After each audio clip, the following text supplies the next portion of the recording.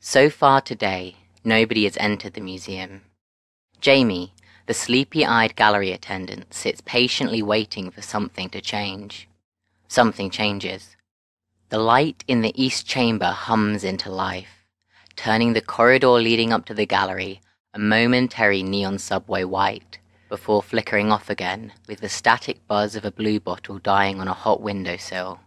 Jamie drops from their stool in the corner of the collection of unidentified artifacts and walks towards the black passage that leads to the gallery of living portraits. The light behind them fades as they enter the long corridor. As they walk, a dot ahead of them reaches out like a pinprick in the dark. They think of fireflies, or paintings of fireflies, and it shines in the night like the chime of a bell.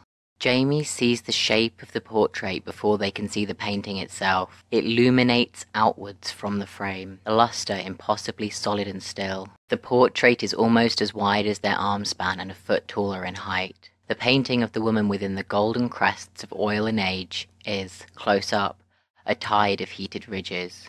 The snow-capped dunes of the Mazuga Desert, red and white and throwing brightness to the sky.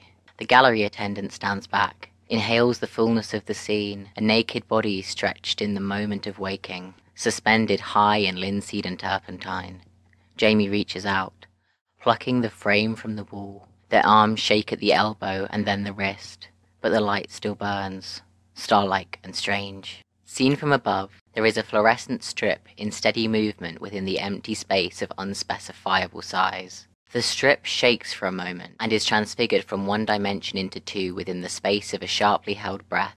The tilting kite is frozen, then returned. The strip continues its trajectory. The painting passes out of the gallery of living portraits. The gallery attendant feels something that they think is guilt, but in actuality is closer to obligation.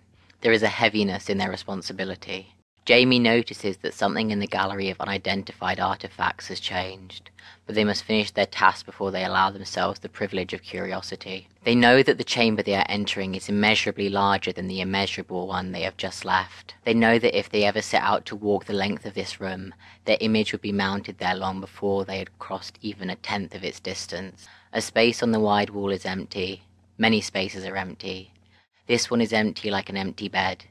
Jamie imagines that the woman in the painting is tired. It helps them a little, but not a lot. There is a mount already in place, and the gallery attendant hangs the red desert woman on the wall.